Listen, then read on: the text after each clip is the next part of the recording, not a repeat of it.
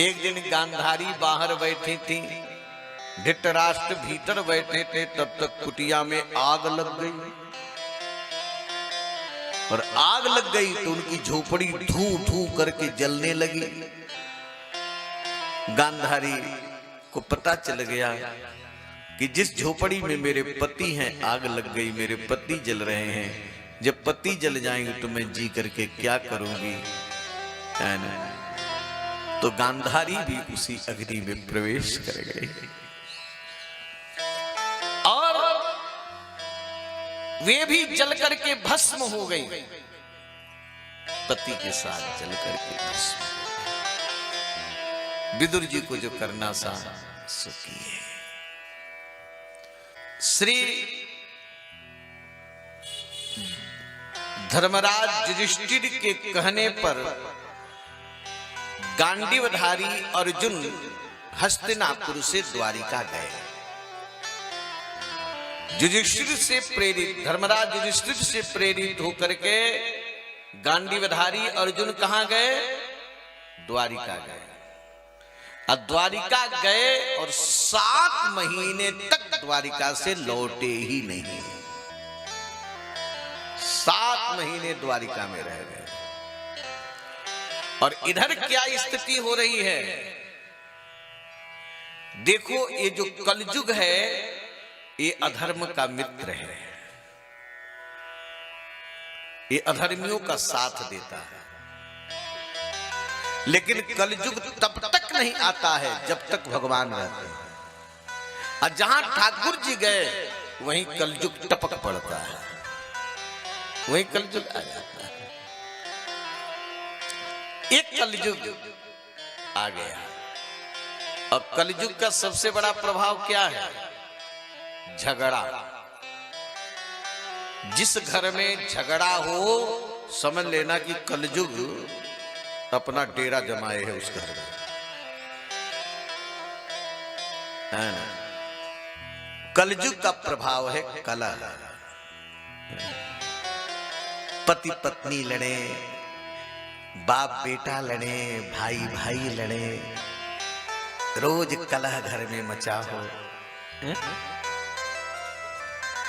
कली प्रभाव विरोध चहोरा।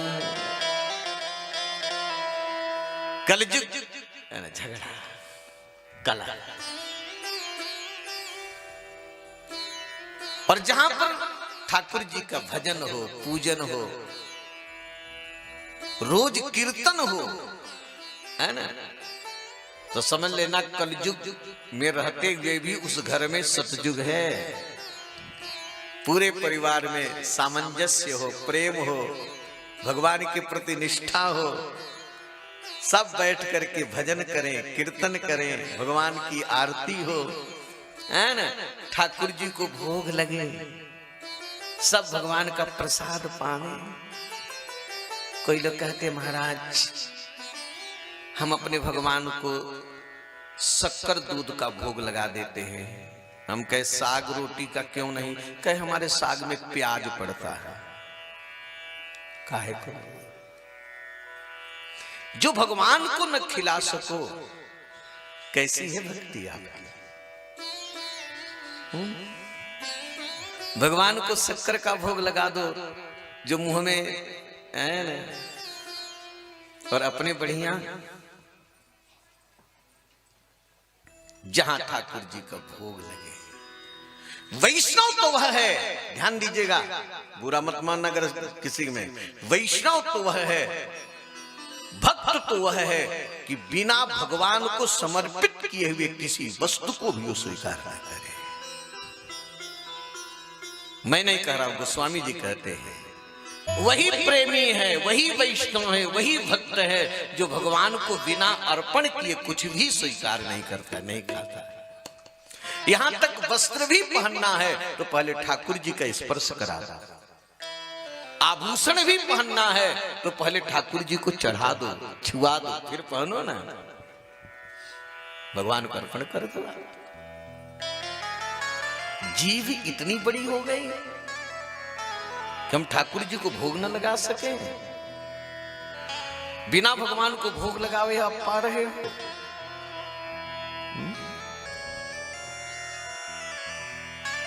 ये ठाकुर जी का प्रेम नहीं कहा जाए। इसलिए क्या हम हमारे साधुओं में साग बनता है, क्या उसमें स्वाद कोई कम आता है क्या? जो गए हैं पात, कई लोग कहते हैं महाराज जी हाँ ना, आप लोग के यहाँ साग बहुत बढ़िया बनता है। हम कहे कि हमारे यहाँ का ठाकुर जी को भोग लग जाता है ना, इसलिए उसमें स्वाद आ जाता है। ठाकुर जी के अदृष्ट से लग जाए तो उसमें स्वाद आ जाए प्रेम से। इसलिए जो हम भगवान को न पवा सके, जो हम भगवान को न खिला सके, भक्त को वह वस्तु को नहीं पाना चाहिए। क्योंकि आहार, तभी तो आपकी परिवार की बुद्धि है ना, ये तमोगुणी होता है। जब तमोगुणी चीज खाओगे तो तमोगुण क्रोध का अंश तो आएगा, तो लड़ाई तो होगी, बुद्धि शुद्ध नहीं होगी। भगवान को भोग लगा करके अपने बच्चों को पत्ती को खिलाओ ना, बुद्धि शुद्ध होगी। क्योंकि आहार शुद्ध सत्व शुद्धि, असत्व शुद्धि ध्रुवा स्मृति। आहार पवित्र होगा तो आपकी बुद्धि पवित्र होगी।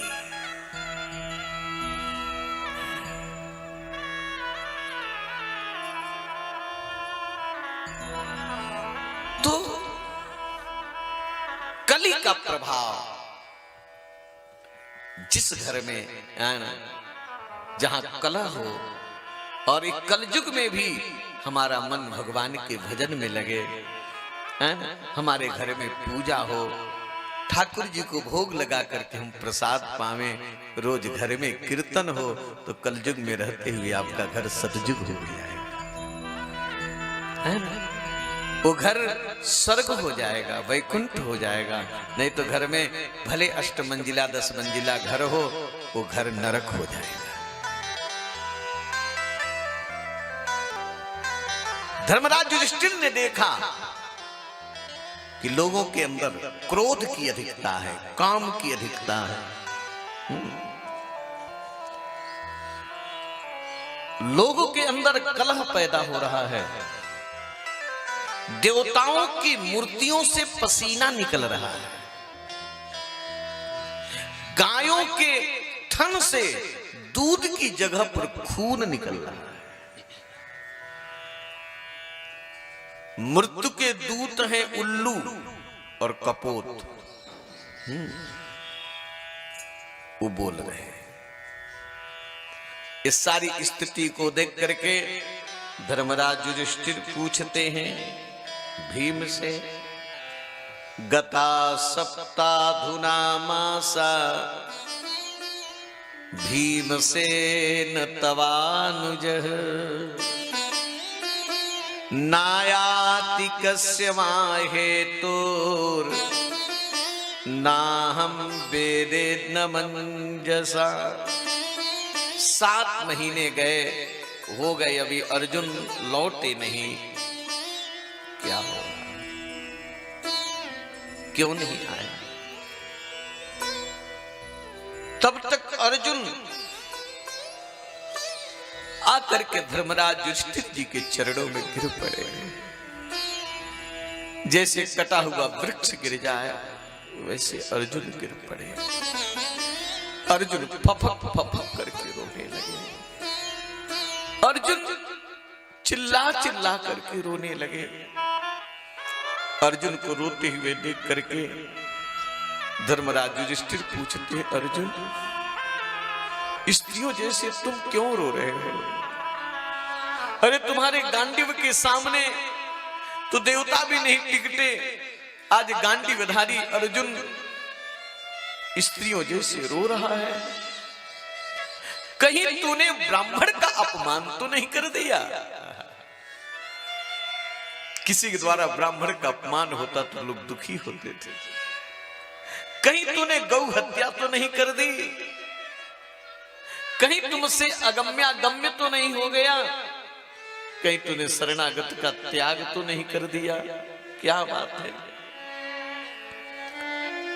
अनेक शंकास्पद बातें जब धर्मराज युधिष्ठिर ने पूछा है तो रोते हुए अर्जुन कहते कि वंचितो हम महाराज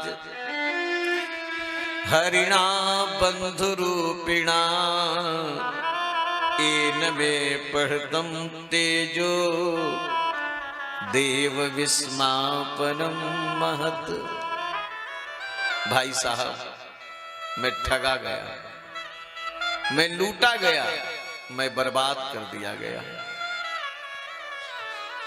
युधिष्ठिर ने कहा कि अर्जुन को लूटने वाला दुनिया में कौन पैदा हुआ जो अर्जुन को लूट ले। अर्जुन कहते कि भाई साहब मुझको लूटने वाला और कोई नहीं है, मुझको बर्बाद करने वाला और कोई नहीं है, मुझको तो बर्बाद मेरे कृष्ण ने कर दिया। भगवान ने मुझको ठग लिया, मुझको छोड़ करके चले गए। एक बात मैं आप लोगों से निवेदन करूं, बड़े सिद्धांत की बात है मेरे भाई। जीवन में अगर जो कुछ मिल जाए,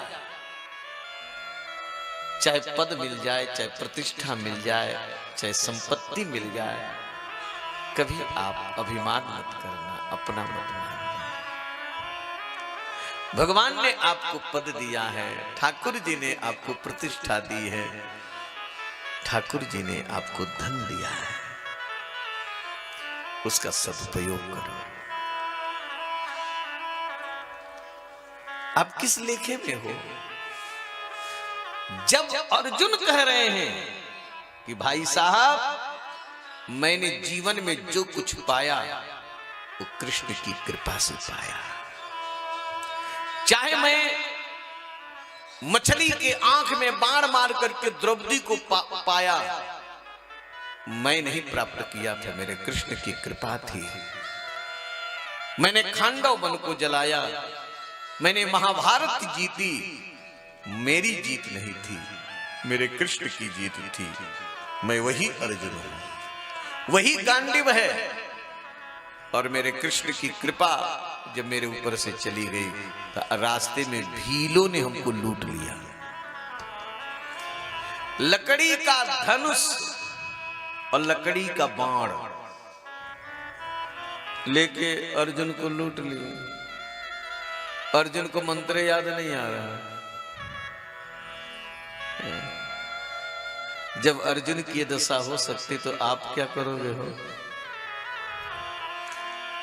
इसलिए हर क्षण प्रति क्षण, चाहे सुख हो, चाहे दुख हो, चाहे मान हो, चाहे प्रतिष्ठा हो, चाहे पद हो, केवल ठाकुर जी की कृपा का अनुभव करो कि प्रभु आपने दिया है और आपकी कृपा से ही मिला है।